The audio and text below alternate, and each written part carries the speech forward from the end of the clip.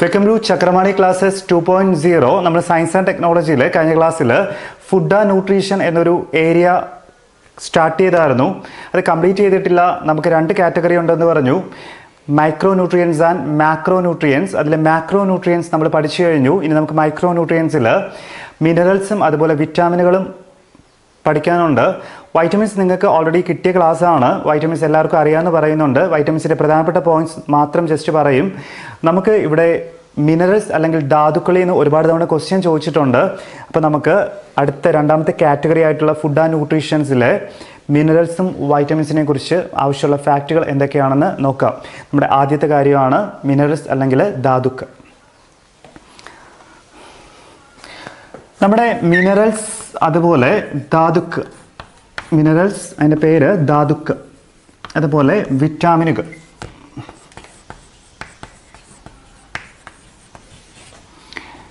ഇവരെ നമ്മൾ രണ്ടുപേരെയും കൂടെ ചേർത്ത് വിളിക്കുന്ന പേരാണ് പ്രൊട്ടക്റ്റീവ് ഫുഡ് എന്നും പറയാറുണ്ട്.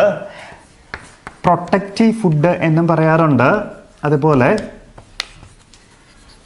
ഓർ മൈക്രോ ന്യൂട്രിയൻസ് എന്നും പറയാറുണ്ട്.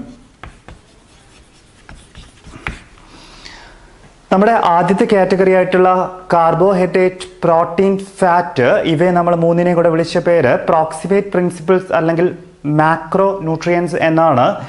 മിനറൽസ്, വിറ്റാമിനുകൾ, ഇവരെ രണ്ടുപേരെയും കൂടെ നമ്മൾ വിളിക്കുന്ന പേരാണ് protective food of micro nutrients. ഇപ്പോൾ അവർക്ക് ചോദിക്കാം, ആദ്യത്തെ മൂന്ന് കാറ്റഗറിയുടെ കൂടെ ഇതിൽ നിന്ന് ഒരെണ്ണം വിട്ടിട്ട് ഇതിലേതാണ് മൈക്രോ ന്യൂട്രിയൻസ് അല്ലെങ്കിൽ പ്രൊട്ടക്റ്റീവ് ഫുഡ് എന്ന് ചോദിക്കാം. സോ പഠിച്ചു വയ്ക്കുക, മിനറൽസും വിറ്റാമിനുകളുമാണ് നമുക്ക് പ്രൊട്ടക്റ്റീവ് ഫുഡ് അല്ലെങ്കിൽ മൈക്രോ ന്യൂട്രിയൻസ് എന്നറിയപ്പെടുന്നു. നമുക്കിവിടെ ഓരോന്നായിട്ട് എടുത്ത് പഠിക്കാനുണ്ട്. ആദ്യത്തേത് മിനറൽസ് അല്ലെങ്കിൽ ധാതുക്കൾ.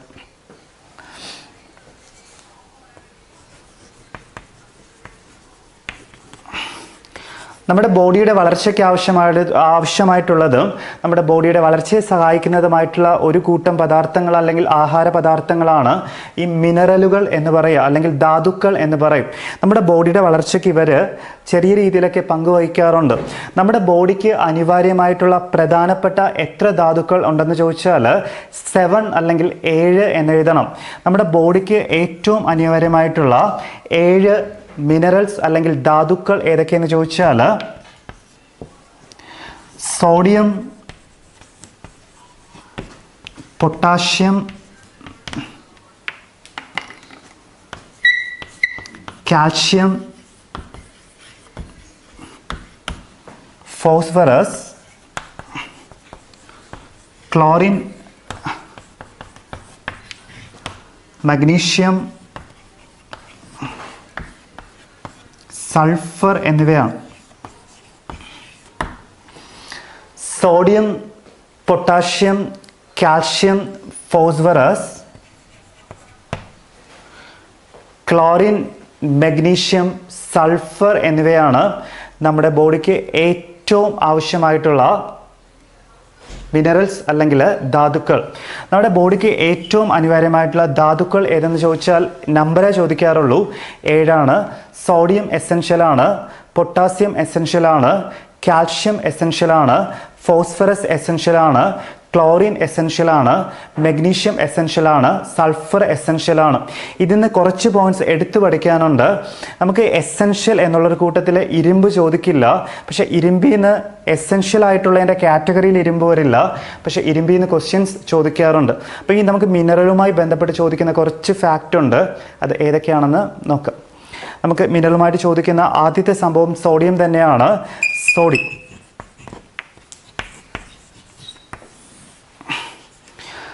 ശരീരത്തിൻ്റെ നമ്മുടെ ബോഡിയിലെ ബ്ലഡ് പ്രഷർ അല്ലെങ്കിൽ രക്തസമ്മർദ്ദം നിയന്ത്രിക്കുന്ന ധാതു അല്ലെങ്കിൽ മിനറൽ എന്ന് ചോദിച്ചാൽ അത് സോഡിയമാണ്. രക്തസമ്മർദ്ദം നിയന്ത്രിക്കുന്നത് സോഡിയം എന്ന് അറിഞ്ഞിരിക്കുക. രക്തസമ്മർദ്ദം നിയന്ത്രിക്കുന്ന മൂലകമാണ് സോഡിയം.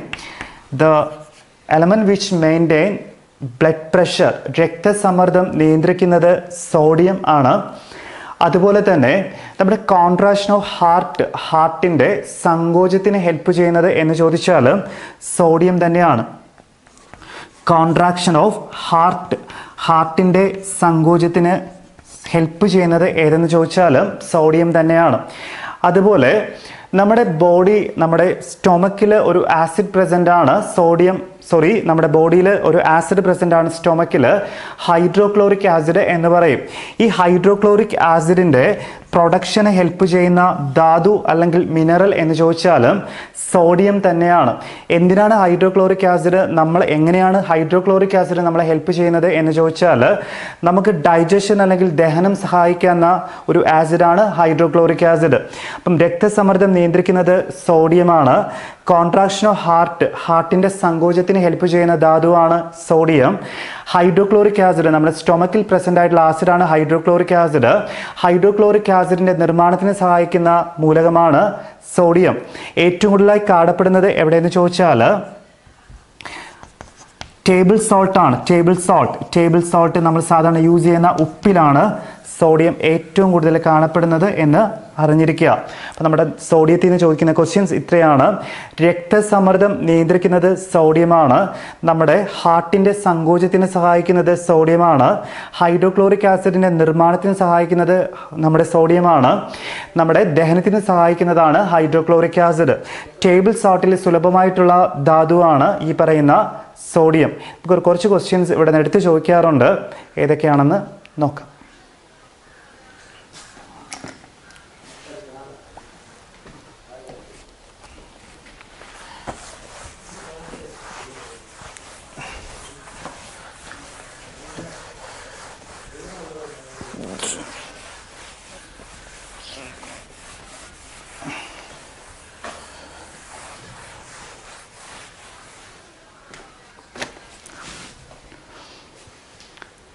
നമുക്ക് ഇരുമ്പിന്ന് 1-2 ക്വസ്റ്റ്യൻസ് ചോദിച്ചിട്ടുണ്ട്. അടുത്തത് ഇരുമ്പിന്ന് ചോദിച്ചിട്ടുള്ള കാര്യങ്ങളാണ്. ഇരുമ്പ് ഇമ്പോർട്ടൻ്റ് ആണ്, ഇരുമ്പും കൂടെ പഠിച്ചു വെച്ചോളാം. ഹീമോഗ്ലോബിൻ എന്ന പ്രോട്ടീൻ നിർമ്മാണത്തിന് സഹായിക്കുന്ന ധാതു അല്ലെങ്കിൽ മിനറലാണ് ഇരുമ്പ്. ഹീമോഗ്ലോബിൻ്റെ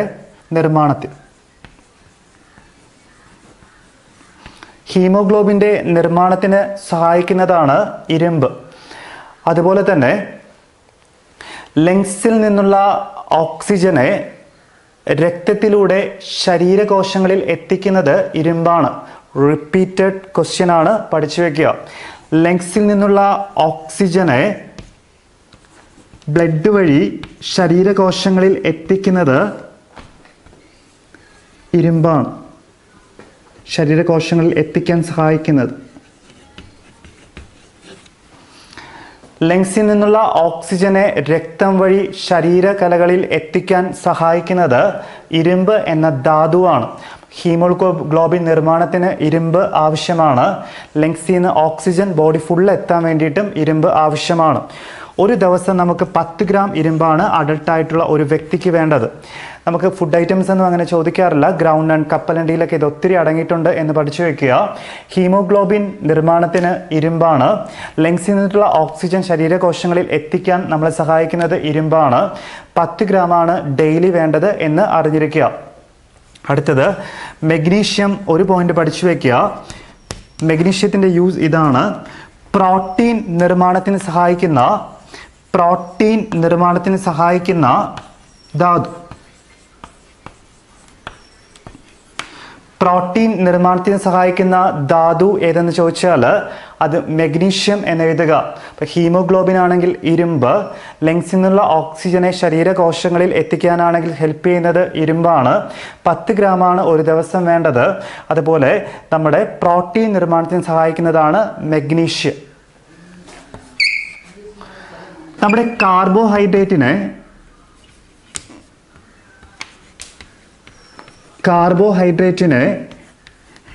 എനർജി ആക്കി മാറ്റാൻ എന്ന് ചോദിച്ചാൽ മാറിപ്പോലെ. കാർബോഹൈഡ്രേറ്റിനെ എനർജിയാക്കി മാറ്റാൻ എങ്കിൽ അത് ഫോസ്ഫറസ് എന്ന് എഴുതുക. കാർബോഹൈഡ്രേറ്റിനെ എനർജിയാക്കി മാറ്റാൻ സഹായിക്കുന്ന ധാതുവാണ് ഫോസ്ഫറസ്. പ്രോട്ടീൻ നിർമ്മാണമാണെങ്കിൽ മെഗ്നീഷ്യം. ഫോസ്ഫറസിൻ്റെ യൂസാണ് കാർബോഹൈഡ്രേറ്റിനെ എനർജിയാക്കാൻ. അപ്പം ഹീമോഗ്ലോബിൻ നിർമ്മാണത്തിന് ഇരുമ്പ്, ലങ്സിൽ നിന്നുള്ള ഓക്സിജനെ രക്തം വഴി ശരീരകോശങ്ങളിൽ എത്തിക്കാൻ സഹായിക്കുന്നത് ഇരുമ്പ്. ഒരു ദിവസം വേണ്ടത് 10 ഗ്രാം ആണ് എന്നറിഞ്ഞിരിക്കുക. നമ്മുടെ പ്രോട്ടീൻ നിർമ്മാണത്തിന് സഹായിക്കുന്നത് മെഗ്നീഷ്യമാണ്. കാർബോഹൈഡ്രേറ്റിനെ എനർജിയാക്കി മാറ്റാൻ സഹായിക്കുന്നത് ഫോസ്ഫറസ് ആണ്. അതുപോലെ തന്നെ തൈറോക്സിൻ എന്നൊരു ഹോർമോൺ ഉണ്ട്. തൈറോക്സിൻ എന്നൊരു ഹോർമോൺ ഉണ്ട്. എന്താണ് തൈറോക്സിൻ്റെ ഫങ്ഷൻ എന്ന് ചോദിച്ചാൽ, നമ്മുടെ മാനസികമായിട്ടും ശാരീരികമായിട്ടും ഒക്കെയുള്ള ഒരു മെൻ്റൽ ഒരു സ്റ്റെബിലിറ്റി ഉണ്ട്. ആ ഒരു മെൻ്റൽ ലെവലിനെ മെയിൻറ്റെയിൻ ചെയ്ത് കൊണ്ടുപോകുന്നത് ഈ പറയുന്ന തൈറോക്സിൻ ആണ്. മാനസികമായിട്ടുള്ള വികാസം, മെൻ്റലി അതിനൊക്കെ ഹെൽപ്പ് ചെയ്യുന്നത് തൈറോക്സിൻ ഹോർമോണാണ്. ഇത് പ്രൊഡ്യൂസ് ചെയ്യാൻ വേണ്ടിയിട്ട് നമുക്ക് ആവശ്യമായിട്ടുള്ള ധാതുവാണ് അയഡിൻ. അപ്പം തൈറോക്സിൻ എന്ന് പറയുന്ന ഹോർമോണിൻ്റെ പ്രൊഡക്ഷൻ അല്ലെങ്കിൽ ഉൽപ്പാദനത്തിന് നമ്മളെ സഹായിക്കുന്ന ധാതു എന്ന് ചോദിച്ചാൽ അയഡിൻ എന്ന് എഴുതുക. അതുപോലെ തന്നെ അസ്ഥികളുടെ വളർച്ചയ്ക്ക് അല്ലെങ്കിൽ ഹെൽത്ത് ആരോഗ്യത്തിന് അനിവാര്യം എന്ന് ചോദിച്ചാൽ അത് കാൽഷ്യം എന്ന് എഴുതുക. ഒരുപാട് ഡീപ്പായിട്ടൊന്നും പഠിക്കേണ്ട, ഇത്രയും കാര്യങ്ങളൊക്കെ അങ്ങ് പഠിച്ചു വെച്ചാൽ മതി. ഹീമോഗ്ലോബിൻ നിർമ്മാണത്തിന് സഹായിക്കുന്നത് ഇരുമ്പാണ്. ലങ്സിൽ നിന്ന് ഓക്സിജനെ രക്തം വഴി ശരീരകോശങ്ങളിൽ എത്തിക്കാൻ സഹായിക്കുന്നത് ഇരുമ്പാണ്. 10 ഗ്രാമാണ് ഒരു ദിവസം വേണ്ട ഇരുമ്പിൻ്റെ അളവ്. പ്രോട്ടീൻ നിർമ്മാണത്തിന് സഹായിക്കുന്നത് മഗ്നീഷ്യമാണ്. കാർബോഹൈഡ്രേറ്റിനെ എനർജിയാക്കാൻ സഹായിക്കുന്നത് ഫോസ്ഫറസ് ആണ്. തൈറോക്സിൻ്റെ നിർമ്മാണത്തിന് സഹായിക്കുന്നത് അയഡിനാണ്. അയഡൈസ്ഡ് സോൾട്ടിനാണ് അയഡിൻ ഉള്ളത് എന്നറിഞ്ഞിരിക്കുക. മാനസികമായിട്ടുള്ളതും ശാരീരികമായിട്ടുള്ളതും സെക്ഷൽ പരമായിട്ടുള്ളതൊക്കെ ഒരു ഹെൽത്തിനെ ഇത് മെയിൻറ്റെയിൻ ചെയ്ത് കൊണ്ടുപോകണമെങ്കിൽ നമുക്ക് അയഡിൻ എന്ന് പറയുന്ന സംഭവം വേണം. അത് കാരണമാണ് തൈറോക്സിൻ എന്ന് പറയുന്ന ഹോർമോൺ ഉൽപ്പാദിപ്പിക്കപ്പെടുന്നത്. അസ്ഥികളുടെ ആരോഗ്യം എന്ന് ചോദിച്ചാൽ അതിന് വേണ്ടത് കാൽഷ്യം എന്ന് എഴുതുക. ഈ ഫോസ്ഫറസും കാൽഷ്യവും ഏറ്റവും കൂടുതൽ അടങ്ങിയിരിക്കുന്നത് മിൽക്കിൽ തന്നെയാണ്. പാല് പ്രോഡക്റ്റിലുമാണ് ഫോസ്ഫറസും അതുപോലെ തന്നെ കാൽഷ്യവും കൂടുതലായിട്ട് അടങ്ങിയിരിക്കുന്നത്. അടുത്ത് നമുക്ക് വേറെ 1-2 കൂടെ പഠിക്കാനുണ്ട്. ഇൻസുലിൻ നിർമ്മാണം എന്ന് ചോദിച്ചാൽ സിങ്ക് എന്ന് എഴുതുക.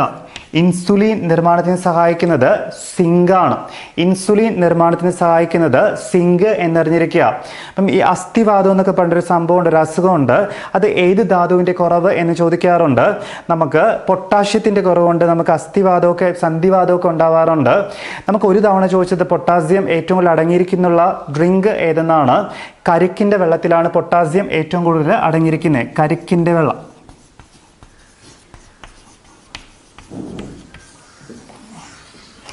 ഇത്രയാണ് നമുക്ക് പ്രധാനമായിട്ടും മിനറലുമായി ബന്ധപ്പെട്ട് ചോദിക്കുന്ന ക്വസ്റ്റ്യൻസ്. നന്നായിട്ടങ്ങ് പഠിച്ചു വെക്കുക.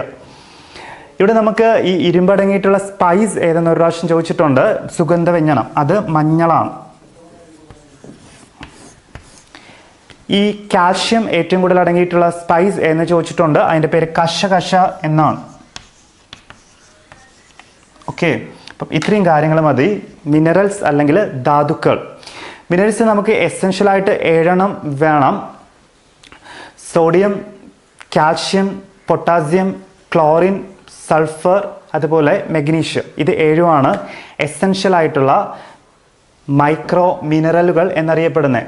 അതിന് പുറമേ നമുക്ക് കുറച്ച് ആവശ്യമുള്ള സംഭവങ്ങൾ ഇതൊക്കെയാണ്. അതും ആവശ്യമുള്ള കാര്യങ്ങൾ ഇത്രയേ ഉള്ളൂ. ഹീമോഗ്ലോബിൻ ഒരു പ്രോട്ടീനാണ്. അത് നിർമ്മാണത്തിന് സഹായിക്കുന്നത് ഇരുമ്പാണ്. ലങ്സിൽ നിന്നുള്ള ഓക്സിജനെ രക്തത്തിലൂടെ ശരീരത്തിൻ്റെ വിവിധ ഭാഗങ്ങളിൽ അല്ലെങ്കിൽ കലകളിൽ എത്തിക്കാൻ സഹായിക്കുന്ന ധാതുവാണ് ഇരുമ്പ്. 1 ഗ്രാം അഡൾട്ടിന് വേണ്ടത് 10 ഗ്രാമാണ്. അതുപോലെ ഏറ്റവും കൂടുതൽ അടങ്ങിയിട്ടുള്ളത് മഞ്ഞളിലാണ്. അടുത്തത് മഗ്നീഷ്യമാണ്. പ്രോട്ടീൻ നിർമ്മാണത്തിന് സഹായിക്കുന്ന ധാതുവാണ് മഗ്നീഷ്യം. ഇൻസുലിൻ നിർമ്മാണമാണെങ്കിൽ സിങ്കാണ്. അതുപോലെ പൊട്ടാസ്യം ഏറ്റവും കൂടുതൽ അടങ്ങിയിട്ടുള്ളത് കരിക്കിൻ്റെ വെള്ളം എന്ന് അറിഞ്ഞിരിക്കുക. കാർബോഹൈഡ്രേറ്റിനെ എനർജിയാക്കി മാറ്റാൻ ഉപയോഗിക്കുന്നത് ഫോസ്ഫറസ് ആണ്. അസ്ഥികളുടെ ആരോഗ്യത്തിന് അനിവാര്യം എന്ന് പറഞ്ഞാൽ കാൽഷ്യമാണ്. ഫോസ്ഫറസും കാൽഷ്യവും ഏറ്റവും കൂടുതൽ അടങ്ങിയിട്ടുള്ളത് മിൽക്ക് പ്രോഡക്ട്സ് അല്ലെങ്കിൽ മിൽക്കും അതുമായിട്ട് ബന്ധപ്പെട്ട ആഹാര പദാർത്ഥങ്ങളിലാണ്. കാൽഷ്യം ഏറ്റവും കൂടുതൽ അടങ്ങിയിട്ടുള്ളത് കശകശയിലാണ്. തൈറോക്സിൻ എന്ന ഹോർമോൺ നമ്മുടെ മെൻ്റൽ ഫിസിക്കലായിട്ടൊക്കെയുള്ള വളർച്ചയെ മെയിൻറ്റെയിൻ ചെയ്യുന്ന ഒരു ഹോർമോണാണ് തൈറോക്സിൻ. അതിൻ്റെ നിർമ്മാണത്തിന് നമുക്ക് വേണ്ടത് അയഡിനാണ്. അയഡൈസ്ഡ് സോൾട്ടിനാണ് അയഡിൻ ഏറ്റവും കൂടുതൽ ഉള്ളതും എന്നുകൂടി അറിഞ്ഞിരിക്കുക. ഒരിക്കൽ കൂടെ, ഹീമോഗ്ലോബിൻ എന്ന പ്രോട്ടീൻ നിർമ്മാണത്തിന് ഇരുമ്പ് വേണം. ലങ്സിൽ നിന്നുള്ള ഓക്സിജനെ ശരീരത്തിൻ്റെ വിവിധ ഭാഗങ്ങളിൽ എത്തിക്കാൻ അനിവാര്യമായിട്ടുള്ള മിനറലും ഇരുമ്പാണ്. ഒരു ദിവസം വേണ്ടത് 10 ഗ്രാമാണ്. ഏറ്റവും കൂടുതലുള്ളത് മഞ്ഞളിലാണ്. മെഗ്നീഷ്യം പ്രോട്ടീൻ നിർമ്മാണത്തിന് സഹായിക്കുന്നു. ഇൻസുലിൻ നിർമ്മാണത്തിന് സിങ്ക്. പൊട്ടാസ്യം നമ്മുടെ സന്ധിവാതമൊക്കെ വരാതിരിക്കാൻ ഹെൽപ്പ് ചെയ്യുന്ന മിനറലാണ്. അത് ഏറ്റവും കൂടുതൽ അടങ്ങിയിരിക്കുന്നത് കരിക്കിൻ്റെ വെള്ളമാണ്, പൊട്ടാഷ്യം. കാർബോഹൈഡ്രേറ്റിനെ എനർജിയാക്കാൻ ഉപയോഗിക്കുന്നത് അല്ലെങ്കിൽ സഹായിക്കുന്നത് ഫോസ്ഫറസ് ആണ്. അസ്ഥികളുടെ ആരോഗ്യമാണെങ്കിൽ കാൽഷ്യമാണ്. ഈ കാൽഷ്യം ഫോസ്ഫറസും ഏറ്റവും കൂടുതൽ അടങ്ങിയിരിക്കുന്നത് മിൽക്കിലാണ് എന്നറിഞ്ഞിരിക്കുക. കാൽഷ്യം ഏറ്റവും കൂടുതൽ അടങ്ങിയത് സ്പൈസ് ആണ്, കശകശ. അതുപോലെ അയഡിൻ്റെ യൂസാണ് തൈറോക്സിൻ നിർമ്മാണം എന്നുകൂടി അറിഞ്ഞിരിക്കുക. അയഡിൻ ഏറ്റവും കൂടുതൽ നമുക്ക് കിട്ടുന്നത് അയഡൈസ്ഡ് സോൾട്ടിലാണ്. അതുപോലെ സോഡിയം നമുക്ക് ഏറ്റവും കൂടുതൽ കിട്ടുന്നത് ടേബിൾ സോൾട്ട് എന്നുകൂടി അറിഞ്ഞിരിക്കുക. ഇത്രയാണ് നമുക്ക് പഠിക്കേണ്ട മൈക്രോ ന്യൂട്രിയൻസിലെ ധാതുക്കൾ. ഇനി ഒരു ഏരിയ കൂടി ഇവിടെ പഠിക്കാനുണ്ട്, വിറ്റാമിനുകൾ. ഈ വിറ്റാമിൻ കൂടെ ആകുമ്പോഴാണ് നമ്മുടെ topic food and nutrition complete ആവുന്നത്. നിങ്ങൾക്ക് എല്ലാം ഫെമിലിയർ ആയിട്ടുള്ള ഒരു ഏരിയയാണ് നമ്മുടെ ഈ പറയുന്ന നമ്മുടെ വിറ്റാമിനുകൾ. നമുക്ക് എസെൻഷ്യൽ ആയിട്ടുള്ള കുറച്ച് കാര്യങ്ങൾ മാത്രം ഞാൻ ഇവിടെ പറയുന്നുണ്ട്. അതും കൂടെ കഴിയുമ്പോൾ നമ്മുടെ ഫസ്റ്റ് മോഡ്യൂളിലെ ഈ ഫുഡ് ആൻഡ് ന്യൂട്രീഷൻ എന്ന് പറയുന്ന ഏരിയ കഴിയും. അപ്പം നമുക്ക് വിറ്റാമിൻ്റെ പ്രധാന പോയിന്റ്സ് ഏതാണെന്ന് നോക്കാം. നിങ്ങൾക്ക് എല്ലാ ഫെമിലിയർ ആയിട്ടുള്ള ഒരു ഏരിയ ആണ്, ഫുഡ് ഐറ്റംസിൽ വരുന്നതാണ് വിറ്റാമിനുകൾ. നമ്മുടെ മൈക്രോ ന്യൂട്രിയൻസിലെ ലാസ്റ്റ് ഫുഡ് ഐറ്റമാണ് വിറ്റാമിനുകൾ. അപ്പം വിറ്റാമിനുകളുടെ ഡീറ്റെയിൽ ക്ലാസ്സസ് ആരെടുത്തിട്ടുണ്ട്. നമുക്കിതിൽ കുറച്ച് കാര്യങ്ങൾ ജസ്റ്റ് ഞാൻ ഒന്ന് നിങ്ങളെ ഓർമ്മപ്പെടുത്തുക, റിവിഷനായിട്ട് വിചാരിച്ചാൽ മതി. അപ്പം ഇതും കൂടെ കഴിഞ്ഞാലേ നമ്മുടെ ഈ പോർഷൻ കഴിയത്തുള്ളൂ. ഫുഡ് ആൻഡ് ന്യൂട്രീഷൻ നമുക്ക് ആവശ്യമുള്ള കുറച്ച് വിറ്റാമിൻസിൻ്റെ പ്രധാനപ്പെട്ട കുറച്ച് പോയിന്റ്സ് ഏതൊക്കെയാണെന്ന് ഒന്നുകൂടി നോക്കാം.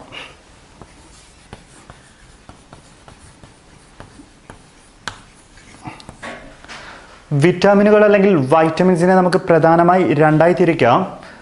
ഒന്നിൻ്റെ പേര് ഫാറ്റ് സോലുബിൾ എന്നാണ്, കൊഴുപ്പിൽ ലയിക്കുന്നവ.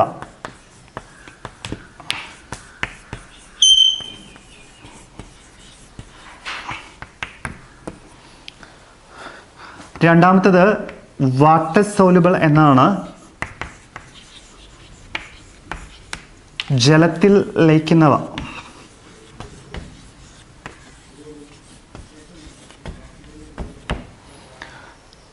വിറ്റാമിനുകളെ നമുക്ക് പ്രധാനമായും രണ്ടായി തിരിക്കാം, ഫാറ്റ് സോലുബിൾ എന്നും വാട്ടർ സോലുബിൾ എന്നും.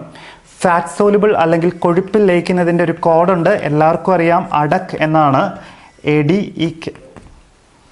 ജലത്തിൽ ലയിക്കുന്ന വിറ്റാമിൻസ് ആണ് ബിയും സിയും. വൈറ്റമിൻ ബി കോംപ്ലക്സ് ആയിട്ടായിട്ട് പഠിക്കേണ്ടത് ബിയും സിയും ആണ്. വാട്ടർ സോലുബിൾ നമുക്ക് junior employment officer last year ആ പരീക്ഷയ്ക്ക് കൂടി വാട്ടർ സോലുബിൾ വൈറ്റമിൻ സി ചോദിച്ചിട്ടുണ്ട്. അപ്പം പഠിച്ചു വെച്ചോളാം. വിറ്റാമിനുകളെ പ്രധാനമായി രണ്ടായി തിരിക്കാം. വിറ്റാമിൻ്റെ പിതാവ് അല്ലെങ്കിൽ ആ ടേം കോയിൻ ചെയ്തത് കാസിമർ ഫങ്ക് എന്ന് പറയുന്ന വ്യക്തിയാണ്. കാസിമർ ഫങ്ക് വിറ്റാമിൻ്റെ പിതാവ് അല്ലെങ്കിൽ ആ ടേം കോയിൻ ചെയ്തത് ആരെന്ന് ചോദിച്ചാൽ കാസിമർ ഫങ്ക് ആണ്. അദ്ദേഹത്തിൻ്റെ പേര് ജസ്റ്റ് ഒന്ന് ഓർത്തിരിക്കുക. ഓക്കെ, വിറ്റാമിനെ പ്രധാനമായി രണ്ടായി തിരിക്കാം, ഫാറ്റ് സോലുബിൾ എന്നും വാട്ടർ സോലുബിൾ എന്നും. കൊഴുപ്പിൽ ലയിക്കുന്നതാണ് ഫാറ്റ് സോലുബിൾ, ജലത്തിൽ ലയിക്കുന്നതാണ് വാട്ടർ സോലുബിൾ. ഫാറ്റിൽ ലയിക്കുന്നത് ADEK അടക്കാണ്, കൊഴുപ്പിൽ ലയിക്കുന്നത് ADEK അടക്കാണ്, ജലത്തിൽ ലയിക്കുന്നത് ബിയും സിയും. അപ്പം ഇത് ജസ്റ്റ് നമുക്ക് ആവശ്യമുള്ള കുറച്ച് പോയിന്റ്സ് ഒന്ന് നിങ്ങളെ ഓർമ്മപ്പെടുത്തുവാണ്. നമുക്ക് ഫാറ്റ് സോലുബിൾ വൈറ്റമിൻസിനോട് കയറാം. ആദ്യം നിങ്ങൾക്ക് എല്ലാം ഫെമിലിയർ ആണ് വിറ്റാമിൻ എ. വിറ്റാമിൻ എ രാസപരമായി എന്നത് ചോദിച്ചാൽ റെറ്റിനോൾ എന്ന് എഴുതുക. വിറ്റാമിൻ എ കെമിക്കലി റെറ്റിനോൾ എന്നാണ്. വിറ്റാമിൻ എ രാസപരമായി റെറ്റിനോൾ എന്നാണ്. കാഴ്ചശക്തിക്ക് അനിവാര്യം അല്ലെങ്കിൽ ആവശ്യമായ വിറ്റാമിൻ ഏതെന്ന് ചോദിച്ചിട്ടുണ്ട്. കാഴ്ചശക്തിക്ക് ആവശ്യമായ വിറ്റാമിൻ എന്ന് ചോദിച്ചാൽ അത് എ തന്നെയാണ്. കെമിക്കൽ നെയിം റെറ്റിനോൾ എന്നാണ്. കാഴ്ചശക്തിക്ക് അനിവാര്യമായിട്ടുള്ള വിറ്റാമിൻ എന്ന് ചോദിച്ചാൽ എ തന്നെയാണ്. അധികമായാൽ കരളിൽ സംഭരിക്കുന്ന വിറ്റാമിൻ എന്നൊരു ക്വസ്റ്റ്യൻ ചോദിച്ചിട്ടുണ്ട്. കരളിൽ സംഭരിക്കുന്ന വിറ്റാമിൻ എന്ന് ചോദിച്ചാലും എ തന്നെയാണ്. കരളിൽ സംഭരിക്കുന്ന വിറ്റാമിൻ. ഏറ്റവും കൂടുതൽ കാണപ്പെടുന്നത് ലീഫി വെജിറ്റബിൾസ് അല്ലെങ്കിൽ ഇലക്കറികളിൽ അല്ലെങ്കിൽ ഇലവർഗത്തിൽപ്പെട്ട വെജിറ്റബിൾസിലാണ്. എസെൻഷ്യലായിട്ട് അല്ലെങ്കിൽ ഏറ്റവും കൂടുതലായിട്ട് നമുക്ക് ബോഡിക്ക് വേണ്ട ഒരു സംഭവം വൈറ്റമിൻ എ തന്നെയാണ്. ഇപ്പോൾ കൂടുതൽ ലീഫി വെജിറ്റബിൾസ് ഒക്കെ കഴിക്കണം. അതിൽ തന്നെ വെജിറ്റബിൾ തന്നെ ഏറ്റവും അബണ്ടന്റ് അല്ലെങ്കിൽ റിച്ചസ്റ്റ് സോഴ്സ് എന്നൊക്കെ എടുത്തു ചോദിച്ചാൽ ഏറ്റവും കൂടുതൽ കാണപ്പെടുന്നത് ലീഫി വെജിറ്റബിൾസ് ആണെങ്കിലും നമുക്ക് ഏറ്റവും കൂടുതൽ അടങ്ങിയിരിക്കുന്ന ഫുഡ് എന്നൊക്കെ പറഞ്ഞിട്ട് ജസ്റ്റ് എടുത്തു ചോദിച്ചാൽ ക്യാരറ്റ് ആണ്. ക്യാരറ്റ്. അപ്പം റെറ്റിനോൾ എന്നറിയപ്പെടുന്നത് എ ആണ്. കാഴ്ചശക്തിക്ക് അനിവാര്യമായിട്ടുള്ളത് എ ആണ്. കരളിൽ സംഭരിക്കുന്നത് എ ആണ്. ലീഫി വെജിറ്റബിൾസിലാണ് ഏറ്റവും കൂടുതൽ കാണപ്പെടുന്നത്. ക്യാരറ്റ് എന്ന വെജിറ്റബിളിലാണ് ഇത് ഏറ്റവും കൂടുതലായി കാണപ്പെടുന്നത്. നമുക്കിവിടെ ചോദിക്കുന്ന അടുത്തൊരു ഏരിയ നമുക്ക് എല്ലാം ഫെമിലിയർ ആണ്. ഡെഫിഷ്യൻസി ഡിസീസ് കൂടെ ജസ്റ്റ് പഠിച്ചു വെക്കുക. ഇതിൻ്റെ ഡെഫിഷ്യൻസി ഡിസീസാണ് നിശാന്തത എന്ന് പറയും ഒരെണ്ണം. രണ്ടാമത്തിൻ്റെ പേര് സിറോഫ്താൽമിയ എന്നാണ്. സിറോഫ്താൽമിയ. ഇവിടെ കൺഫ്യൂഷൻ വരരുത്. വൈറ്റമിൻ എയുടെ ഡെഫിഷ്യൻസി ഡിസീസാണ് നിശാന്തത. It's a deficiency disease of vitamin A. എന്നാൽ നമുക്ക് നിശാന്തതയുടെ കൂടെ ഒരു ഹെറിറ്ററി ഡിസീസ് അല്ലെങ്കിൽ ഒരു പാരമ്പര്യ രോഗം ഇട്ടുതരും. അതിൻ്റെ പേര് വർണ്ണാന്തത എന്നാണ്. അതിന് മറ്റൊരു പേര് കൂടിയുണ്ട്, ഡാൾട്ടനിസം എന്ന് പറയും. വർണ്ണാന്തത അല്ലെങ്കിൽ ഡാൾട്ടനിസം. ഈ നിശാന്തതയും നമ്മുടെ ഡാൾട്ടനിസവുമായിട്ട് ഒരു ബന്ധവും ഇല്ല. നിശാന്തത എന്ന് വെച്ചാൽ നമുക്ക് മങ്ങിയ വെളിച്ചത്തിൽ കാഴ്ച കാണാൻ പറ്റാത്ത ഒരു അസുഖമാണ്. ഇതിന് കാരണം വൈറ്റമിൻ എയുടെ കുറവാണ്. വർണ്ണാന്തത എന്ന് പറഞ്ഞാൽ വൈറ്റമിൻ എയുടെ ഒരു ഡെഫിഷ്യൻസി അല്ല, ഇതൊരു ഹെറിഡിറ്ററി ഡിസീസാണ്, പാരമ്പര്യ രോഗമാണ്. ഇതെന്തെന്ന് ചോദിച്ചാൽ പച്ച, ചുവപ്പ് എന്നീ വർണ്ണങ്ങൾ വേർതിരിച്ചറിയാൻ പറ്റാത്ത അവസ്ഥയാണ് വർണ്ണാന്തത. ഇപ്പം നിശാന്തത എന്ന് പറഞ്ഞിട്ടൊരു ക്വസ്റ്റ്യൻ ആണ് അവർ ചോദിക്കുകയാണെങ്കിൽ വർണ്ണാന്തത ഇട്ടയ്ക്കും. വർണ്ണാന്തത എന്നൊരു ക്വസ്റ്റ്യൻ വേണം, ആൻസർ വേണമെങ്കിൽ നിശാന്തതയും ഇട്ടയ്ക്കും. അപ്പം മങ്ങിയ വെളിച്ചത്തിൽ കാണാൻ പറ്റാത്തതും വൈറ്റമിൻ എയുടെ ഡെഫിഷ്യൻസി എന്ന് ചോദിച്ചാൽ നിശാന്തത എന്ന് എഴുതുക. പച്ച, ചുവപ്പ് എന്നീ വർണ്ണങ്ങൾ തിരിച്ചറിയാൻ പറ്റാത്തത് എന്ന് ചോദിച്ചാൽ അത് വർണ്ണാന്തത എന്ന് എഴുതുക. ഡയറക്ട്ലി ചോദിച്ചിട്ടുള്ളൊരു ക്വസ്റ്റ്യൻ ആണ് വർണ്ണാന്തതയിൽ ഏതൊക്കെ കളറാണ് തിരിച്ചറിയാൻ സാധിക്കാത്തതെന്ന്. പച്ച, ചുവപ്പ് എന്നീ വർണ്ണങ്ങളാണ് തിരിച്ചറിയാൻ പറ്റാത്തത്. ഇതിൻ്റെ പിതാവ് ജോൺ ഡാൾട്ടൻ ആണ്. അതുകൊണ്ട് തന്നെ വർണ്ണാന്തതയുടെ മറ്റൊരു പേരാണ് ഡാൾട്ടനിസം. നിശാന്തതയുടെ ഇംഗ്ലീഷ് ടേമാണ് നൈറ്റ് ബ്ലൈൻഡ്നെസ് എന്ന് പറയും. അപ്പം ഇതിൻ്റെ ഡെഫിഷ്യൻസികളാണ് നിശാന്തത, സിറോഫ്താൽമിയ. നമ്മുടെ രണ്ടാമത്തെ വൈറ്റമിൻ ആണ് ഫാറ്റ് സോലുബിളിൽ ഡി.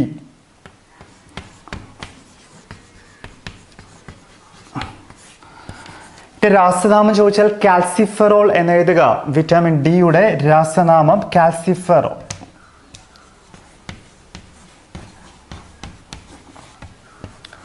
നമുക്ക് ഫുഡ് ഐറ്റംസിൽ നിന്ന് കിട്ടാത്ത വൈറ്റമിനാണ് വൈറ്റമിൻ ഡി. എവിടെ നിന്ന് കിട്ടും എന്ന് ചോദിച്ചാൽ ഇത് സിന്തസിസ് ചെയ്യണമെങ്കിൽ നമുക്ക് സൂര്യപ്രകാശം അല്ലെങ്കിൽ സൺലൈറ്റിൻ്റെ ആവശ്യമുണ്ട്. അതുകൊണ്ട് തന്നെ ഇതിന് വിളിക്കുന്ന ആദ്യത്തെ പേര് സൺഷൈൻ വിറ്റാമിൻ എന്നാണ്. അപ്പോൾ സൺഷൈൻ വിറ്റാമിൻ എന്നറിയപ്പെടുന്നത് വിറ്റാമിൻ ഡി അറിഞ്ഞിരിക്കുക. അതുപോലെ ഇതിന് മറ്റൊരു പേരുണ്ട്, സ്റ്റിറോയിഡ് വിറ്റാമിൻ എന്ന് പറയും. സ്റ്റിറോയിഡ് വിറ്റാമിൻ വൈറ്റമിൻ ഡിയുടെ തന്നെ മറ്റൊരു പേരാണ് സ്റ്റിറോയിഡ് വിറ്റാമിൻ. അപ്പോൾ സൺഷൈൻ വിറ്റാമിൻ എന്ന് പറയുന്നതും സ്റ്റിറോയിഡ് വിറ്റാമിൻ എന്ന് പറയുന്നതും വിറ്റാമിൻ ഡി ആണ്. കെമിക്കലി കാൽസിഫെറോൾ എന്ന് അറിഞ്ഞിരിക്കുക. സൂര്യപ്രകാശത്തിൽ നിന്ന് ലഭിക്കുന്നതാണ് വൈറ്റമിൻ ഡി. നമുക്ക് എല്ലിനൊക്കെയാണ് ഇത് ആവശ്യമായിട്ട് വരിക. അപ്പം ഇത് കുറഞ്ഞാൽ നമുക്ക് എല്ലിനൊക്കെ ബലക്കുറവൊക്കെ സംഭവിക്കാൻ സാധ്യതയുണ്ട്. ഇത് ഡെഫിഷ്യൻസി ഡിസീസ് എന്ന് പറയുന്നത് റിലേറ്റഡ് ടു നമ്മുടെ ബോണാണ്. ഡെഫിഷ്യൻസി അല്ലെങ്കിൽ അപര്യാപ്തത രോഗം ചോദിച്ചാൽ റിക്കറ്റ്സ് എന്ന് എഴുതുക. റിക്കറ്റ്സിൻ്റെ മലയാളം പേര് കൂടി പഠിച്ചു വയ്ക്കുക. റിക്കറ്റ്സിൻ്റെ മലയാളം പേര് കണ എന്നാണ്. ഓക്കെ, അപ്പം മാറിപ്പോലെ വൈറ്റമിൻ ഡിയുടെ അപര്യാപ്തതയാണ് റിക്കറ്റ്സ് അല്ലെങ്കിൽ കണ. എ രാസപരമായി റെറ്റിനോൾ, കാഴ്ചശക്തിക്ക് അനിവാര്യം ഇതാണ്. കരളിൽ സംഭരിക്കുന്നത് ഇതാണ്. ലീഫി വെജിറ്റബിൾസ് ഏറ്റവും കൂടുതൽ കാണപ്പെടുന്നത് ഇതാണ്. അതിൽ തന്നെ അബണ്ടലി പ്രസന്റ് എന്ന് വെച്ചാൽ ക്യാരറ്റിലാണ് കൂടുതൽ. നിശാന്തതയും സിറോഫ്താൽമിയാണ് ഇതിൻ്റെ അപര്യാപ്തത രോഗങ്ങൾ. വർണ്ണാന്തത എന്ന് പറഞ്ഞാൽ പച്ച, ചുവപ്പ് എന്നീ വർണ്ണങ്ങൾ തിരിച്ചറിയാൻ പറ്റാത്ത അവസ്ഥയാണ്. അത് വൈറ്റമിൻ എയുടെ ഡെഫിഷ്യൻസി അല്ല, അതൊരു ഹെറിഡിറ്ററി അല്ലെങ്കിൽ പാരമ്പര്യ രോഗം എന്നറിഞ്ഞിരിക്കുക. വിറ്റാമിൻ ഡി രാസപരമായി കാൽസിഫെറോൾ. സൺഷൈൻ വിറ്റാമിൻ എന്നറിയപ്പെടുന്നത് വിറ്റാമിൻ ഡി ആണ്. സ്റ്റിറോയിഡ് വിറ്റാമിൻ എന്നറിയപ്പെടുന്നത് ഡി ആണ്. റിക്കറ്റ്സ് അല്ലെങ്കിൽ കണയാണ് അതിൻ്റെ അപര്യാപ്തത രോഗം. ഇനി ഫാറ്റ് സോലുബിൾ വരുന്ന അടുത്ത വൈറ്റമിൻ ആണ് വൈറ്റമിൻ ഇ. നമ്മൾ ഫാറ്റ് സോലുബിൾ രണ്ടെണ്ണം നോക്കി, എയും ഡിയും. അടുത്ത ഫാറ്റ് സോലുബിൾ വരുന്നതാണ് ഇ.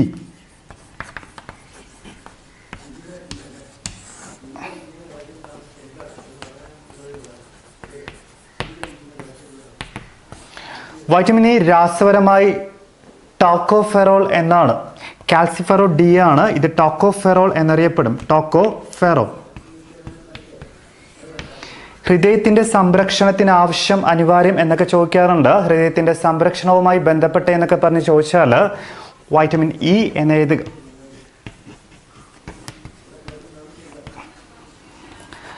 ടോക്കോഫെറോൾ എന്നാണ് രാസനാമം. ഹൃദയത്തിൻ്റെ സംരക്ഷണത്തിന് അനിവാര്യം എന്നൊക്കെ ചോദിച്ചാൽ വൈറ്റമിൻ ഇ എന്ന് എഴുതുക. വൈറ്റമിൻ ഇക്ക് 2 പേരുകൾ വിളിക്കാറുണ്ട്. ഹോർമോൺ വിറ്റാമിൻ എന്നും പറയാറുണ്ട്, അതുപോലെ ബ്യൂട്ടി വിറ്റാമിൻ എന്നും പറയാറുണ്ട്. ഹോർമോൺ വിറ്റാമിൻ എന്നും പറയാറുണ്ട്, ബ്യൂട്ടി വിറ്റാമിൻ എന്നും പറയാറുണ്ട്.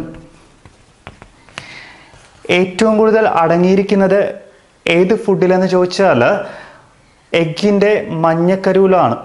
അതായത് നമ്മുടെ യോക്കുണ്ട്, എഗ്ഗിൻ്റെ അകത്തുള്ള മഞ്ഞ, എഗ്ഗിൻ്റെ മഞ്ഞയിലാണ് ഇത് ഏറ്റവും കൂടുതൽ അടങ്ങിയിരിക്കുന്നത് എന്ന് അറിഞ്ഞിരിക്കുക.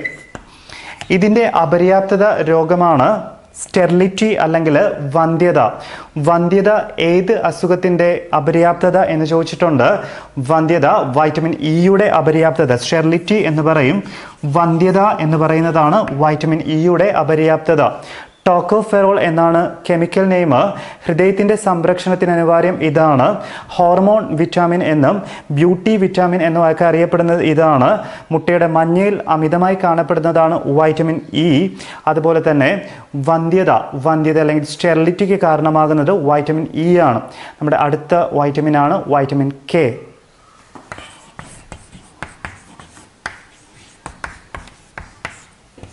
കുറച്ച് പോയിന്റ്സ് പഠിച്ചാൽ മതി. കെമിക്കൽ നെയിം ഫിലോക്വിനോൺ എന്നാണ്.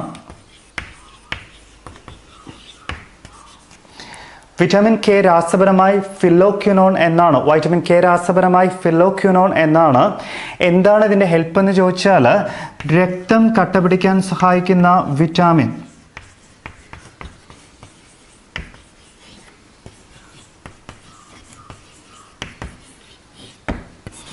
രക്തം കട്ടപിടിക്കാൻ സഹായിക്കുന്ന വിറ്റാമിനാണ് വിറ്റാമിൻ കെ.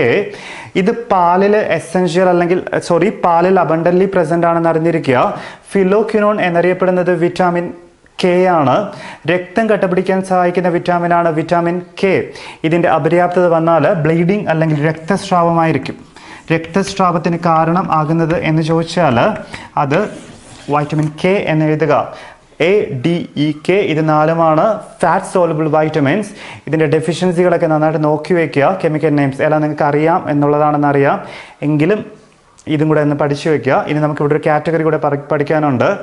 നമ്മുടെ വാട്ടർ സോലബിൾ വൈറ്റമിൻസ് ബിയും സിയും കൂടെ ആകുമ്പോൾ നമ്മുടെ ഈ ഫുഡ് ആൻഡ് ന്യൂട്രീഷൻ കഴിയും. നമുക്ക് ഫാറ്റ് സോലബിൾ വൈറ്റമിൻസ് കഴിഞ്ഞിട്ടുണ്ട്. ഇനി വാട്ടർ സോലബിൾ വൈറ്റമിൻസ് ഏതൊക്കെയാണെന്ന് നോക്കാം. അപ്പോൾ ഫിലോക്വിനോൺ കെ ആണ്. രക്തം കട്ടപിടിക്കാൻ കെ വേണം. രക്തസ്രാവമാണ് അതിൻ്റെ ഡെഫിഷ്യൻസി. അപ്പം നമുക്ക് അടുത്ത് വരുന്നത് ജലത്തിൽ ലയിക്കുന്ന വൈറ്റമിൻസ് ആയിട്ടുള്ള ബിയും സിയും. Next one is water soluble vitamins.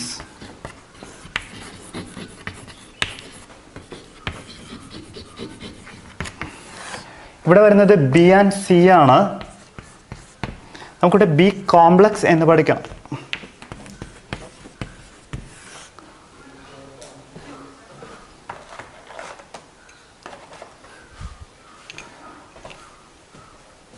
ആദ്യത്തേത് B1 ആണ്.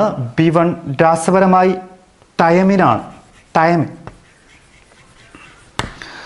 ഫസ്റ്റ് വൺ ഈസ് B1 രാസപരമായി തയമിൻ എന്നറിയപ്പെടും. നമ്മുടെ അരിയുടെ തവിട് ബ്രെയിൻ ഓഫ് റൈസ് എന്ന് പറയും. അരിയുടെ തവിടിൽ അമിതമായിട്ടുള്ളത് ഇതാണ്. അപ്പം അരി കഴുകുമ്പോൾ നഷ്ടപ്പെടുന്ന വൈറ്റമിൻ എന്നൊക്കെ ചോദിക്കാം. അപ്പം തവിടിൽ ഏറ്റവും കൂടുതൽ ഉള്ളത് ഇതാണ് എന്നറിഞ്ഞിരിക്കുക. ഇതിൻ്റെ ഡെഫിഷ്യൻസിയാണ് ബെറി. അപ്പോൾ വൈറ്റമിൻ B1 തയമിൻ എന്നറിയപ്പെടും. തവിടിൽ ഏറ്റവും കൂടുതൽ അടങ്ങിയിരിക്കുന്നത് B1 ആണ്. ഡെഫിഷ്യൻസിയാണ് ബെറി. രണ്ടാമത്തേത് B2 ആണ്. ഇതിൻ്റെ പേര് റൈബോഫ്ലാവിൻ എന്നാണ്. റൈബോഫ്ലാവിൻ. ഇത് പാലിൻ്റെ നേരിയ മഞ്ഞ നിറത്തിന് കാരണം ആകാറുള്ളത് കൊണ്ട് ഇതിനെ ലാക്ടോഫ്ലാവിൻ എന്നൊരു പേര് കൂടി വിളിക്കാറുണ്ട്. അപ്പം റൈബോഫ്ലാവിൻ അല്ലെങ്കിൽ ലാക്ടോഫ്ലാവിൻ എന്നറിയപ്പെടുന്നത് B2 ആണ്. നമുക്ക് അതിൻ്റെ ഒരു പോയിന്റ് ചോദിച്ചിട്ടുള്ളത് ഇങ്ങനെയാണ്: pale yellow colour to milk അല്ലെങ്കിൽ പാലിൻ്റെ നേരിയ മഞ്ഞ നിറം എന്ന് ചോദിക്കാം. പാലിൻ്റെ നേരിയ മഞ്ഞ നിറം, അതിന് കാരണം B2 ആണ്. ഓക്കെ, മാറിപ്പോല്ലേ. അപ്പം തൈമിനാണ് B1, തവിടിൽ അമിതമായിട്ടുള്ളത് B1 ആണ്, ബെറിബെറിയാണ് ഡെഫിഷ്യൻസി. B2ൻ്റെ പേര് റൈബോഫ്ലാവിൻ, അതുപോലെ ലാക്ടോഫ്ലാവിൻ എന്നൊരു പേര് കൂടിയുണ്ട്. പാലിൻ്റെ നേരിയ മഞ്ഞനിറത്തിന് കാരണം B2 ആണ്. ഇത് ചൂടാക്കുമ്പം അതങ്ങ് നഷ്ടപ്പെട്ടു പോകും എന്നുകൂടി അറിഞ്ഞിരിക്കുക. B3 രാസപരമായി 2 പേരുകളുണ്ട്. നിയാസിൻ എന്നും ചോദിക്കാറുണ്ട്, നിക്കോട്ടിനിക് ആസിഡ് എന്നും ചോദിക്കാറുണ്ട്. Niacin or nicotinic acid. ഇവിടെ വേറൊന്നും പഠിക്കണ്ട. ഇതിൻ്റെ ഡെഫിഷ്യൻസി അല്ലെങ്കിൽ രോഗം, അപര്യാപ്തത രോഗം പഠിച്ചു വെക്കുക. അതിൻ്റെ പേര് പെല്ലാഗ്ര എന്നാണ്. പെല്ലാഗ്ര.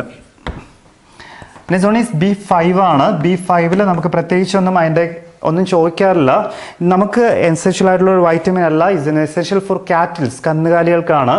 പാന്തോതെനിക് ആസിഡ് എന്നുള്ള കെമിക്കൽ നെയിം മാത്രം പഠിച്ചു വെക്കുക. Pantothenic acid. B5 is chemically pantothenic acid എന്ന് മാത്രം അറിഞ്ഞിരിക്കുക. ഇറ്റ് ഈസ് B7ൻ്റെ പേര് ബയോട്ടിൻ എന്നാണ്. ബയോട്ടിൻ. ഇപ്പോൾ ഇടയ്ക്കൊരു പരീക്ഷയ്ക്ക് ഇത് ചോദിച്ചായിരുന്നു. വൈറ്റമിൻ H എന്നറിയപ്പെടുന്നത് B7 ആയിട്ടുള്ള ബയോട്ടിൻ ആണ്. എന്താണ് യൂസ് എന്ന് ചോദിച്ചാൽ is helps to the growth of hair, അല്ലെങ്കിൽ മുടിയുടെ വളർച്ചയ്ക്ക് ആവശ്യം എന്ന് ചോദിക്കാറുണ്ട്. മുടിയുടെ വളർച്ചയ്ക്ക് ആവശ്യം എന്ന് ചോദിച്ചാൽ ബയോട്ടിൻ അല്ലെങ്കിൽ H എന്ന് എഴുതുക. Is B9. Next one is B9 ഒരു പോയിന്റ് ഉണ്ട്. ഫോളിക് ആസിഡ് എന്ന് പറയും. ഫോളിക് ആസിഡ് എന്നാണ് കെമിക്കലി. ഇതെല്ലാം നിങ്ങൾക്ക് അറിയാം. ഇതിൻ്റെ ഡെഫിഷ്യൻസിയാണ് അനീമിയ. ഇപ്പം നമുക്ക് ഫോളിക് ആസിഡ് അല്ലെങ്കിൽ വൈറ്റമിൻ B9 കുറയ്ക്കുമ്പോൾ നമുക്ക് വരുന്ന അസുഖമാണ് വിളർച്ച അല്ലെങ്കിൽ അനീമിയ. ഇപ്പോൾ പ്രഗ്നന്റ് ലേഡീസൊക്കെ പ്രഗ്നൻ്റ് ആയിരിക്കുന്ന സമയത്ത് വൈറ്റമിൻ B9 അല്ലെങ്കിൽ ഫോളിക് ആസിഡിൻ്റെ ടാബ്ലറ്റ്സ് യൂസ് ചെയ്യാറുണ്ട്. കാരണം അനീമിയ ഉണ്ടാകാതിരിക്കാൻ വേണ്ടിയിട്ടാണ്. നെക്സ്റ്റ് വൺ ഈസ് Bയിൽ ഒരെണ്ണം കൂടെ പഠിച്ചു വയ്ക്കുക. B12 ആണ്. സയാനോകൊബാലമീൻ എന്ന് പറയും. സയാനോകൊബാലമിൻ്റെ പ്രത്യേകത ചോദിച്ചിട്ടുണ്ട്. കൊബാൾട്ട് അടങ്ങിയിട്ടുള്ള വിറ്റാമിൻ എന്നറിഞ്ഞിരിക്കുക. കൊബാൾട്ട് അടങ്ങിയിട്ടുള്ള വിറ്റാമിൻ ആണ് സയാനോകൊബാലമിൻ. കൊബാൾട്ട് അടങ്ങിയിട്ടുള്ള വിറ്റാമിൻ ആണ് സയാനോകൊബാലമിൻ. ഇതിൻ്റെ ഡെഫിഷ്യൻസി ഒരു അനീമിയ തന്നെയാണ്. പെർനീഷ്യസ് അനീമിയ എന്ന് പറയും. പെർനീഷ്യസ് അനീമിയ ആണ് അതിൻ്റെ ഡെഫിഷ്യൻസി. ആ അനീമിയ അങ്ങനെ ചോദിക്കാറില്ല. B9 ചോദിക്കും. അത് അനീമിയ എന്ന് അറിഞ്ഞിരിക്കുക. ഇത്രയാണ് vitamin B complex. B1 thiamine എന്നറിയപ്പെടും. തവിടിൽ ഏറ്റവും കൂടുതലായി കാണപ്പെടുന്നത് B1 ആണ്. അപര്യാപ്തത രോഗം ബെറി. B2 റൈബോഫ്ലാവിൻ എന്നറിയപ്പെടും, അല്ലെങ്കിൽ ലാക്ടോഫ്ലാവിൻ എന്നൊരു പേര് കൂടി ഉണ്ട് എന്നറിഞ്ഞിരിക്കുക. പാലിൻ്റെ നേരിയ മഞ്ഞനിറത്തിന് കാരണം റൈബോഫ്ലാവിനാണ്. സൂര്യപ്രകാശം ഏൽക്കുമ്പോൾ നഷ്ടപ്പെട്ടു പോകുന്നതും റൈബോഫ്ലാവിൻ അല്ലെങ്കിൽ വൈറ്റമിൻ B2 തന്നെയാണ്. B3 niacin or nicotinic acid. ഡെഫിഷ്യൻസിയുടെ പേര് പെല്ലാഗ്ര എന്നാണ്. B5 രാസപരമായി പാന്തോതെനിക് ആസിഡ് ആണ്. B7 ബയോട്ടിൻ അല്ലെങ്കിൽ വിറ്റാമിൻ H എന്നറിയപ്പെടുന്നു. മുടിയുടെ വളർച്ചയ്ക്ക് അനിവാര്യമായതാണ് B7. B9 ഫോളിക് ആസിഡ് ആണ്. അതിൻ്റെ ഡെഫിഷ്യൻസിയാണ് അനീമിയ. B12 സയാനോകൊബാലമിൻ ആണ്. കൊബാൾട്ട് അടങ്ങിയിട്ടുള്ളതാണ് നമ്മുടെ ഈ പറയുന്ന സയാനോകൊബാലമിൻ അല്ലെങ്കിൽ B12. പെർനീഷ്യസ് അനീമിയ എന്ന് പറയുന്ന ഒരു ടൈപ്പ് അനീമിയ ഉണ്ട്. അതാണ് B12ൻ്റെ ഡെഫിഷ്യൻസി അസുഖമായിട്ട് നമുക്ക് പഠിക്കേണ്ടത്. പിരിഡോക്സിൻ എന്നൊരു വൈറ്റമിൻ അല്ലെങ്കിൽ പിരിഡോക്സിൻ എന്നറിയപ്പെടുന്ന B6 ആണ്. ചോദിച്ചിട്ടില്ല. പിരിഡോക്സിൻ B6 അറിയപ്പെടുന്ന ഒരു പേരാണ് പിരിഡോക്സിൻ എന്നുകൂടി അറിഞ്ഞിരിക്കുക. ഇത്രയാണ് B കോംപ്ലക്സ്. ഇനി വാട്ടർ സോലബിൾ വൈറ്റമിനിൽ ഒരു വൈറ്റമിൻ മാത്രമേ പഠിക്കാനുള്ളൂ. That is vitamin C. നമുക്ക് degree level, 10th level, +2 level ഏറ്റവും കൂടുതൽ തവണ ചോദിച്ചിട്ടുള്ളത് വൈറ്റമിൻ C ആണ്. വൈറ്റമിൻ സിയും കൂടെ കഴിയുമ്പോൾ നമ്മുടെ ഈ പോർഷനും കഴിയും. വൈറ്റമിൻ സിയുടെ കാര്യങ്ങൾ എന്തൊക്കെയാണെന്ന് നോക്കാം. വാട്ടർ സോലബിൾ വൈറ്റമിനിലെ ഏറ്റവും പ്രധാനപ്പെട്ട വൈറ്റമിനാണ് വൈറ്റമിൻ C.